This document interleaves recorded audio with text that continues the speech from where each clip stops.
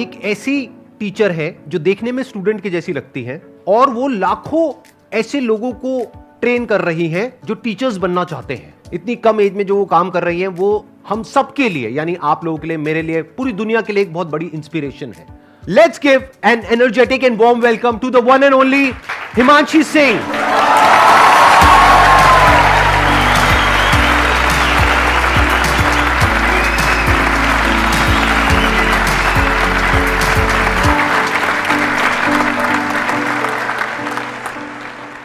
आपने 6 साल पहले अपना YouTube चैनल शुरू किया था लेट्स लर्न के नाम से।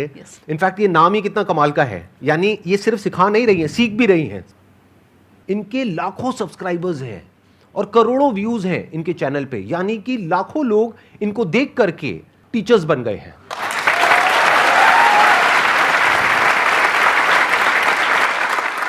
Thank you sir for having me here. और मैं 2-3 बातें हैं जो कहना चाहूँगी आपको।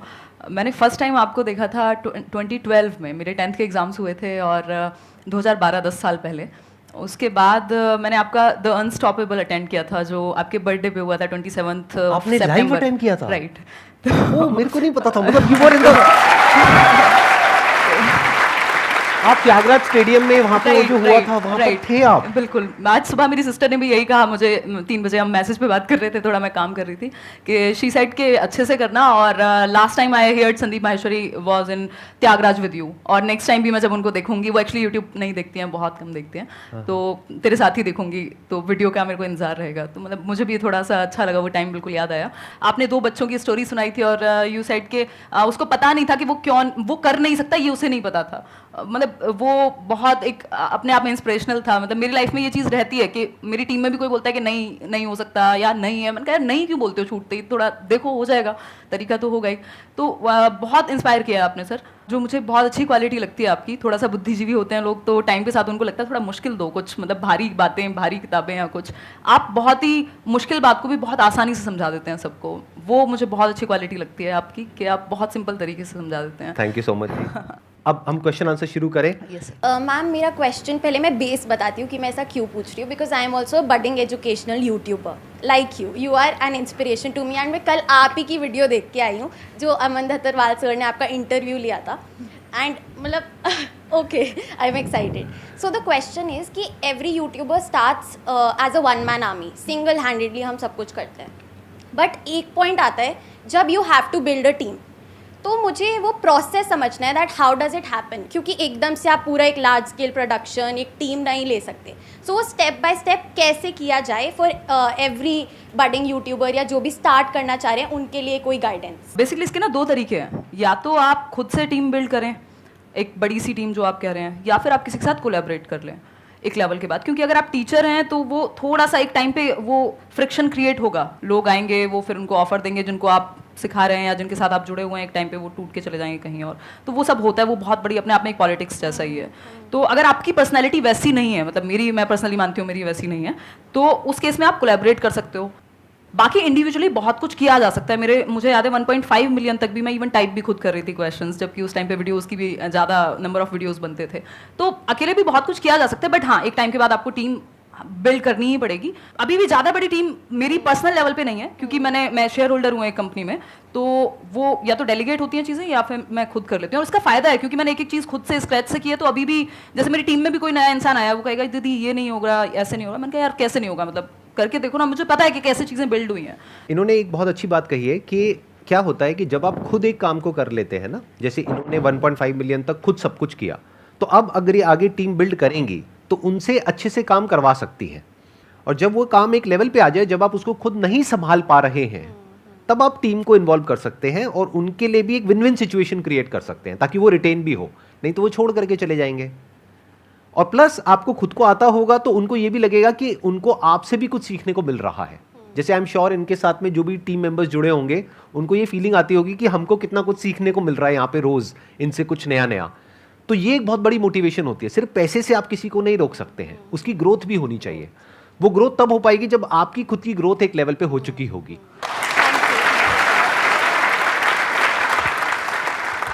सर मैं एक डिफेंस एस्पिरेंट हूँ और मैं सीडीएस टारगेट कर रहा हूँ। तो सर प्रॉब्लम है कि अब सीडीएस मैं टारगेट कर रहा हूँ तो 2 केसेस हो सकते हैं, या तो एग्ज़ाम क्लियर होगा या फिर नहीं होगा। अगर नहीं होता है तो मैं बैकअप रखता हूँ, जैसे दिल्ली पुलिस सब इंस्पेक्टर या कोई भी गवर्नमेंट जॉब। तो मैम अब मैं क्या करूँ, या तो CDS ही सिर्फ टारगेट करूँ एक एग्ज़ाम, या फिर सारे में एग्जाम्स टारगेट करता चलूँ कि नहीं दिल्ली पुलिस भी देखूंगा, मैं CGL भी देखूंगा। तो क्या करना चाहिए मुझे इसके दो तरीके हो सकते हैं। एक तो ये हो सकता है कि आप जो कॉमन सब्जेक्ट्स होंगे, ये जैसे रीजनिंग है, मैथ्स है, ये हर जगह पे आते हैं, तो वो तो आपके एक ही जगह से तैयार हो जाएंगे। अगर आप CDS की भी, सिर्फ CDS की भी तैयारी कर रहे हैं, तब भी वो हो जाएंगे कवर। कुछ चीज़ें अलग होंगी। तो मुझे लगता है कि अगर आपके जो कॉमन सब्जेक्ट्स हैं उनको आप पैरेलली प्रिपेयर कर रहे हैं, और एक टाइम के बाद आपको लगता है, पहले आप CDS पे ही फोकस रखिए, उसके बाद आपको लगता है कि CDS एक लेवल का तैयार है, तो जो बाकी एग्जाम्स भी, क्योंकि ऐसा नहीं है ना, हमारे हाथ में नहीं है कंट्रोल कि कब आएगा एग्जाम कौन सा, तो हम फिल तो सारे ही करेंगे, एटलीस्ट जो सेम कैटेगरी में हैं, आसपास के हैं। तो उस केस में जब आपने जो कॉमन सब्जेक्ट्स हैं वो पढ़ लिए होंगे, जो आपका मेन एग्जाम है, जो आपका प्लान है, जैसा कि आप कह रहे हैं, और उसके बाद जो बाकी बचे हुए कुछ सब्जेक्ट्स ही होंगे, थोड़ा बहुत ही चेंज होता है, वो आप जब वो एग्जाम आने वाला हो उस दौरान तैयार कर सकते हैं। तो दोनों चीजें हो जाएंगी। बट एक टाइम पे, मतलब एटलीस्ट 6 महीने 3 महीने तो आप एक एग्जाम को प्रॉपर दीजिए, ताकि एक लेवल आपका तैयार हो जाए कॉमन सब्जेक्ट्स का। बिल्कुल मैम। और सर सेकंड केस हो सकता है कि मैं क्लियर कर लूँ, तो देन सर मुझे SSB के लिए जाना होगा। SSB सर अब एक साइकोलॉजी टेस्ट होता है, पर्सनैलिटी टेस्ट। तो सर अब मैं अपनी पर्सनैलिटी एक ऑफिसर जैसे कैसे बना सकता हूँ, मैं कैसे अपना जो सोचने का तरीका है एक ऑफिसर जैसा कर सकता हूँ। आपको क्या करना है, ऐसे लोग जो वो बन चुके हैं, जो आप बनना चाहते हैं, जिस भी फील्ड में हैं, उनके आपको इंटरव्यूज मिलेंगे ऑनलाइन। आप उनके इंटरव्यूज देखते चले जाइए। उसमें से भी कुछ ऐसे लोग होंगे जिनके जैसा आप बनना चाहते हैं, यानी कि वो आपका आइडल है। बिल्कुल तो उनके इंटरव्यूज आप बार बार देखिए, 2 बार देखिए, 5 बार देखिए, 10 बार देखिए, 20 बार देखिए। तो क्या होगा, धीरे धीरे आपके बिहेवियर में वो चीज उतरने लग जाएगी और आप उन्हीं की तरह बिहेव करने लग जाएंगे। बिल्कुल sir. Okay, thank you sir. Most welcome. Sandeep sir, I would really like to say one thing. Thank you to you and your team members.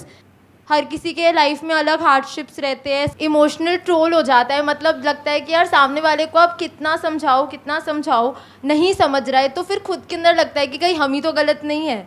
आपकी क्या, मेरी भी बहुत ट्रोलिंग होती है।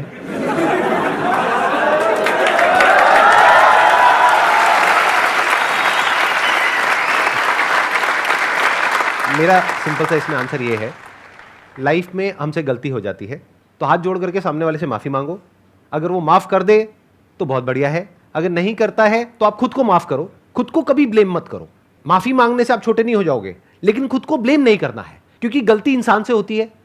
हो गई आपसे गलती, यानी आपने कुछ करने की कोशिश करी और लोग आपको उल्टा बोल रहे हैं, तो आपको क्या करना है, ऐसे में आप कुछ मत बोलो किसी को भी, अपने काम को बोलने दो।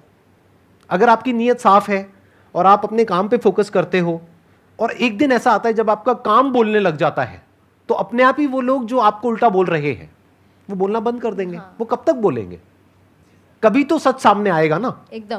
Thank you sir, thank you ma'am, thank you.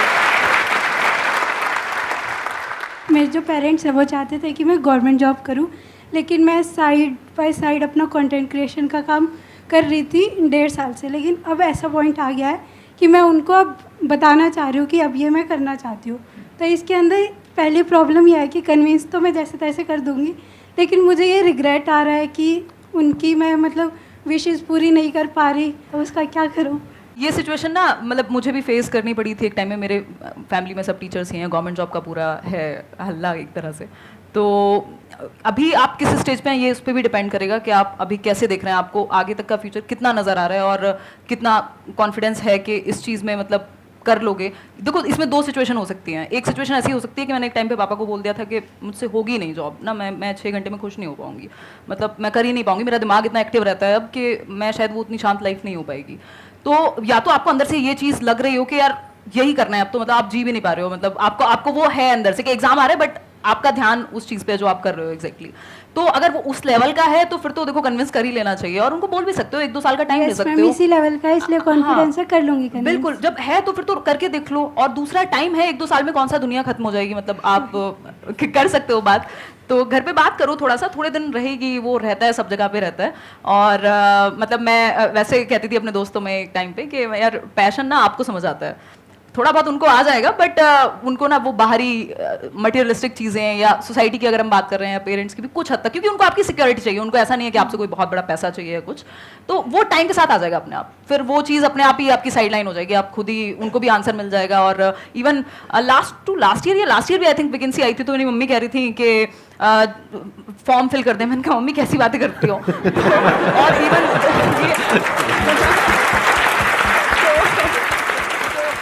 और और मैं आपको एक चीज और बता देता हूँ जो आप में से बहुत सारे लोगों को पता नहीं होगी, लेकिन मेरे को पता है। यहाँ पर कोई गेस्ट आते हैं तो मैं पूरी रिसर्च करता हूँ उनके ऊपर। तो मैंने आपका एक दूसरा चैनल भी देखा है, एक तो आपका लेट्स लर्न वाला है, एक आपका व्लॉग्स वाला चैनल है। तो मैंने व्लॉग्स वाले चैनल में देखा अभी रिसेंटली आपने ऑडी परचेज करी है, if I am not wrong, उसके बाद भी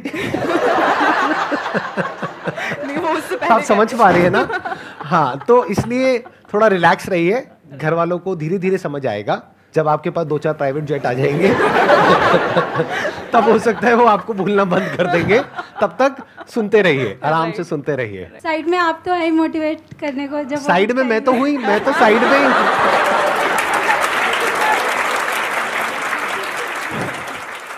hello sir. Hello ma'am. Ma'am first of all आप बहुत क्यूट हो रियलिटी में। थैंक यू मैम एक्चुअली मेरा सीटेट से कोई लेना देना नहीं है, मेरा कुछ नहीं, मैं सिविल सर्विस एस्पिरेंट हूँ और एलएलबी कर रहा हूँ साथ में, बट स्टिल मैं आपकी सारी वीडियोस देखता हूँ, संडे वार्ता से लेके व्लॉग्स वगैरह सब, मैम बहुत इंस्पिरेशन लगता है। मैम एक्चुअली मेरा क्वेश्चन ये था कि मैं सिविल सर्विस की प्रिपरेशन कर रहा हूँ, फर्स्ट अटैम्प्ट दे भी चुका हूँ बट नहीं हुआ था क्लियर, फिर साथ में मैंने एलएलबी ले लिया DU से, तो मेरे को लगा था कि मतलब बिजी रहना है, अपने आप को बिजी रखना है, नॉलेज गेन करनी है, तो मैंने इतनी चीज़ें मतलब ऐसे वो कर लिया, एक रायता फैला, ऐसे कह सकते हैं रायता सा फैल गया है, बट अब वो फोकस नहीं हो पाता है, वही इंस्टाग्राम पे रील स्क्रॉल कर रहे हैं। बेसिकली अगर वो मोटिवेशन कहा भी जाता है, जैसे मैं एजुकेशनल साइकोलॉजी भी डिस्कस करती हूँ कि नीड से आता है, तो अगर आपकी नीड वो वाली सच में बड़ी है तो आप तरीके ढूंढ लेंगे, वो मैनेज कर लेंगे। मतलब ऐसा नहीं है कि नहीं हो सकता या किया नहीं है लोगों ने। मेरे खुद के कुछ फ्रेंड्स हैं जिन लोगों ने सेम जो आप बता रहे हैं वही सिनेरियो रहा है। हालांकि इंडिविजुअल डिफरेंसेस हैं, कंपेयर नहीं कर सकते, बट ऐसा नहीं है कि नहीं किया जा सकता। अगर आपकी वो नीड बहुत बड़ी है तो आप वेज ढूंढ लेंगे। और रील से तो वैसे भी कोई भला होने वाला है नहीं आपका, मतलब थोड़ा बहुत कभी देख लो तो समझ में आता है, बट वो तो मतलब हम इतने छोटे तो नहीं रहे ना कि हम अपना भला ना समझ सकें, तो इवेंचुअली तो वो हमें नुकसान ही पहुंचाएगा। मैम वो वहीं अटका रहता है दिमाग के, नहीं यार छोड़ो। ऐसा क्या मिल रहा है रील में? तो मैम पढ़ाई की तरफ, पढ़ाई से या कुछ प्रोडक्टिव काम से दिमाग हट के मतलब अनप्रोडक्टिव चीज़ों में हाँ, जा तो वो रहा है। आसान है ना, मतलब वहाँ पे अच्छा सर तो सब कुछ ही आसान है बट मतलब वो कंपैरेटिवली इजी है ना, वहाँ थोड़ा सा पेन होता है। अगर आप पढ़ने बैठोगे मन भी इधर उधर भागेगा, तो वो तो आदत डालनी वो अगेन नीड बहुत बड़ी नहीं है तब तक तो आप ऐसे इधर उधर घूमोगे। अगर वो नीड बहुत बड़ी हो जाएगी, जिस दिन आपको लगेगा कि ये चीज़ सच में इंपॉर्टेंट है, आप वेज ढूंढ लोगे, कुछ भी करके वो अपने आप उठ भी जाओगे, कर भी लोगे, पता नहीं क्या क्या कर लोगे। तो सारा खेल वही है, अगर सच में अंदर से उतनी उस लेवल की नीड ही नहीं है तो फिर खुद को भी धोखा मत दो और आसपास वालों को भी। मतलब सारा खेल उसी का है कि आप सच में कितना चाहते हो।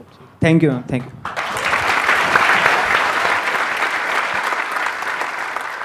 मेरे साथ ये हैबिट है एक तरफ से कि मैं अगर कोई पर्टिकुलर डेस्टिनेशन पे हूँ, कोई जॉब अगर मैं कर रही हूँ, कोई मैं डेजिग्नेशन कर रही हूँ अभी, तो मैं उसको ना ज़्यादा देर तक मैं कैरी नहीं कर पाती, मेरा इंटरेस्ट ख़त्म हो जाता है बहुत ही ज़्यादा जल्दी।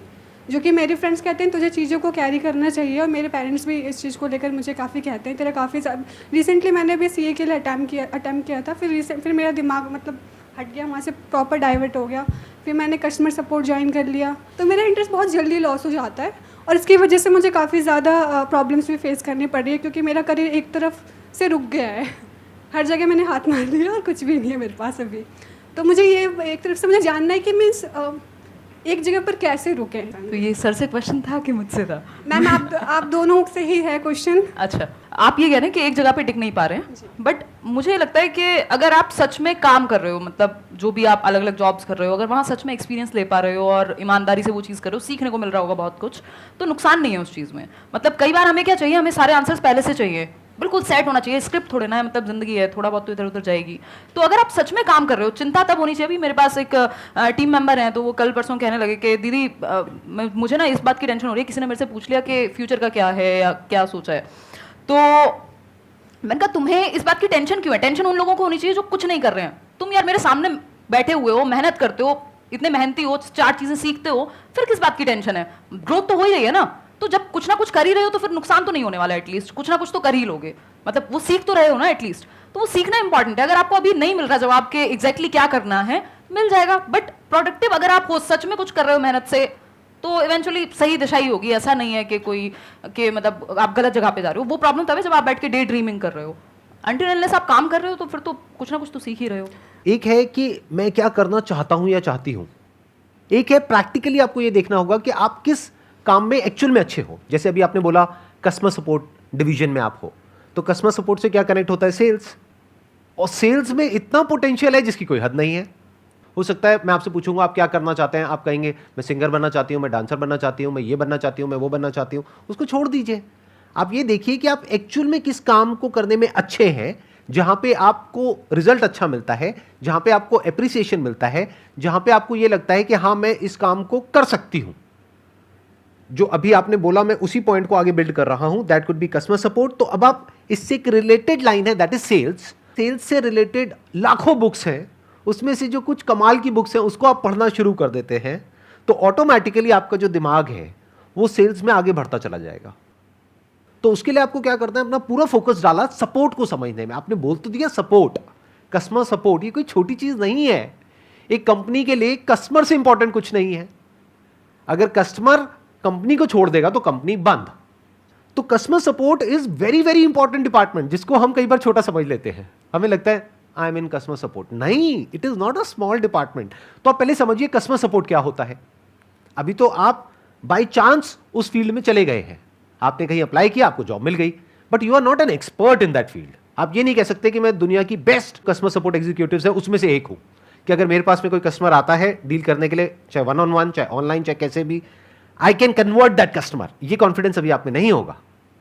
तो अगर ये कॉन्फिडेंस आप डेवलप कर पाए, अपनी स्किल्स को अपग्रेड कर पाए, सीख पाए और अपने आप को ऐसा बना पाए कि जो कंपनीज हैं वो आपको रिक्रूट करना चाहें बेस्ड अपॉन रिजल्ट्स, कि आप बताएं कि देखिए पिछली कंपनी में मैंने 1 साल तक काम किया, इतनी सेल्स मैंने जनरेट करी उस कंपनी के लिए, तो क्या उसका जो कॉम्पिटिटर है वो आपको डबल सैलरी नहीं देगा?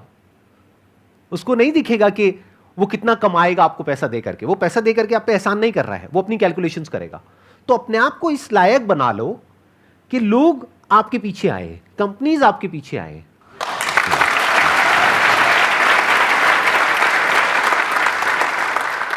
Ma'am, as you said that you used to live near a village type area and you started at a very young age.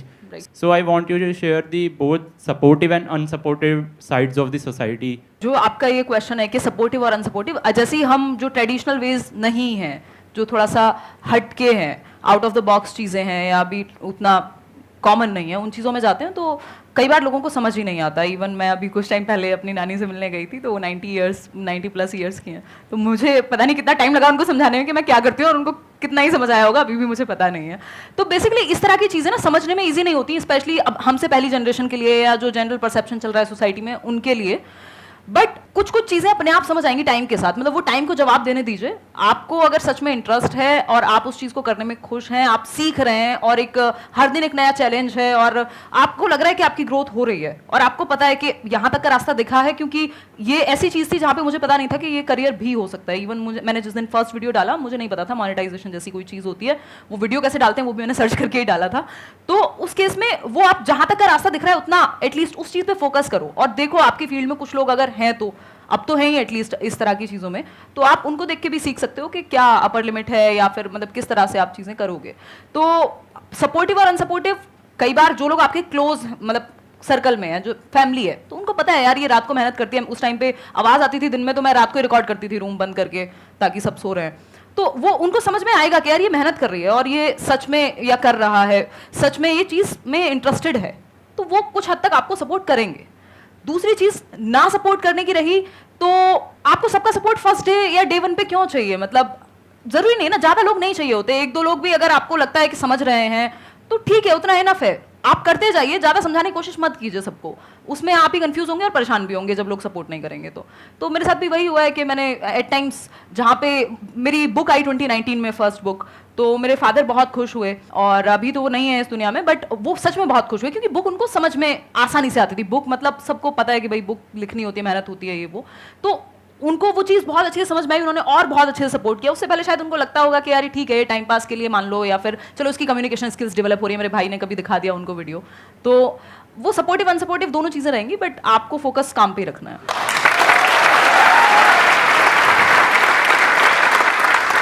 मेरे अंदर से सही में एक क्वेश्चन आ रहा है आपके लिए, मैं पूछ सकता हूँ बिल्कुल आपसे सर, बिल्कुल। कि इतनी कम एज में इतनी मेच्योरिटी आई कहाँ से आपके अंदर? मतलब इतनी कम एज में जो आप बातें कर रहे हो, आई एम श्योर आप लोग भी फील कर रहे होंगे कि जो इनके आंसर्स हैं उसमें जो डेप्थ है, जिस लेवल की इनकी मेच्योरिटी है, बहुत कुछ मेरे को आपसे सीखने को मिल रहा है, सीरियसली, जेन्युइनली। तो ये कहाँ से आई इतनी कम एज में इतनी मेच्योरिटी आपके अंदर? मुझे लगता है कि वो जो मेरे फॉर्मेटिव ईयर्स थे, ऑलमोस्ट 13-14 ईयर्स जो मैं गांव में थी, फिर टीचर्स की फैमिली है, तो बचपन से वो देखा है वैल्यू कि पैसा कम है चलेगा, बट वो वैल्यूज़, सच बोलना, या मतलब ये सब चीज़ें कॉमन रही हैं आसपास। मैं देखती थी गांव में मेरे जो मामा जी हैं, उनके पास लोग आ रहे हैं, वो सलाह लेने आ रहे हैं कि मास्टर जी से पूछते हैं क्या करते हैं, या फिर कुछ भी इस तरह का। और ऑनेस्टी से लोग, हर चीज़ पे ऐसा नहीं होता कि यार मेरे को इससे कुछ चाहिए। अभी मैं देखती हूँ यहाँ दिल्ली में बहुत होता है ये चीज़ कि कोई भी आपके सामने बैठा है तो दैट मीन्स पहले, अब तो मुझे शक्ल देखते ही मन करता है पूछ लूं क्या चाहिए भाई बता दे, इनडायरेक्टली मत घुमा। तो वो एक वो जो एक प्योरिटी है, वो चीज़ वहाँ से आई। फिर फादर भी हमेशा उसी तरह की बात, फैमिली बहुत ज्यादा मैटर करती है, मतलब इस चीज में मेरे ये। और दूसरा जो एक्सपीरियंसेस रहे हैं अलग अलग तरह के, क्या ये जो आपने स्क्रैच से अपना ये शुरू किया और अपना ये पाथ बनाया और 6 साल में जो कुछ भी किया, उसने भी एक बहुत बड़ा रोल प्ले किया होगा? सर उसने क्योंकि वहाँ पे आपने ये बहुत कुछ सीखा होगा वहाँ से। बिल्कुल सर, बिल्कुल ये बात आप सही कह रहे हैं कि मतलब मैं अभी एक टेड टॉक भी हुई थी तो मैं वही कह रही थी, टाइटल था कि why not to become a millionaire, and I am saying this after becoming a millionaire myself. तो मैंने ये कहा था कि आप मिलियनेयर इसलिए मत बनिए, पैसे में प्रॉब्लम नहीं है, आप भी कहते हैं, ये मैंने आपके सेशंस में भी देखा है कि पैसे में प्रॉब्लम नहीं है, आप पैसे को यूज कीजिए, जो करना है करिए, खुश रहिए, उसको एंजॉय करिए, बट इसलिए मिलियनेयर मत बनिए क्योंकि सबने कहा है कि हासिल करनी होती है, पैसा बहुत अच्छी चीज है और पता नहीं ये हो जाएगा, उसके बिना आप प्रूव नहीं कर पाएंगे, उसके बिना आप इंसान ही नहीं है, मतलब आप काम के ही नहीं है अगर आप पैसा नहीं कमा रहे, आप अच्छी पोस्ट पे नहीं है, आपकी लोग मतलब वाहवाही नहीं हो रही है सोशली।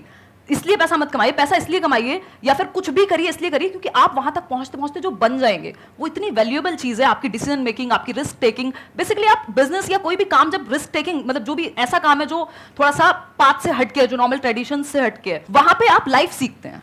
मतलब बिजनेस क्या है, लाइफ के जैसा है, जो मुझे समझ में आया है, या कोई भी नया काम जिसमें इम्परमानेंस है, कभी भी खत्म हो सकता है, लाइफ भी कभी भी खत्म हो सकती है। दूसरा, रिस्क लेना ही पड़ेगा आपको, आपकी जो स्टेबिलिटी है, मतलब जैसे लाइफ चलती है वैसे ही कुछ भी आप नया करते हैं तो वो वैसा ही है, आप जिंदगी सीख रहे हैं, अगर आप काम सीख रहे हैं, कुछ भी काम कर रहे हैं तो वो बहुत कुछ सिखाया है मुझे। तो इसलिए मतलब पैसा कमाइए या अच्छा काम करिए, कुछ भी करिए, इसलिए कि आप वो जो बन जाएंगे वहां तक पहुंचते पहुंचते, वो उसकी वैल्यू मतलब पैसे में तो नहीं रहेगी एटलीस्ट। तो दैट्स व्हाट आई फील।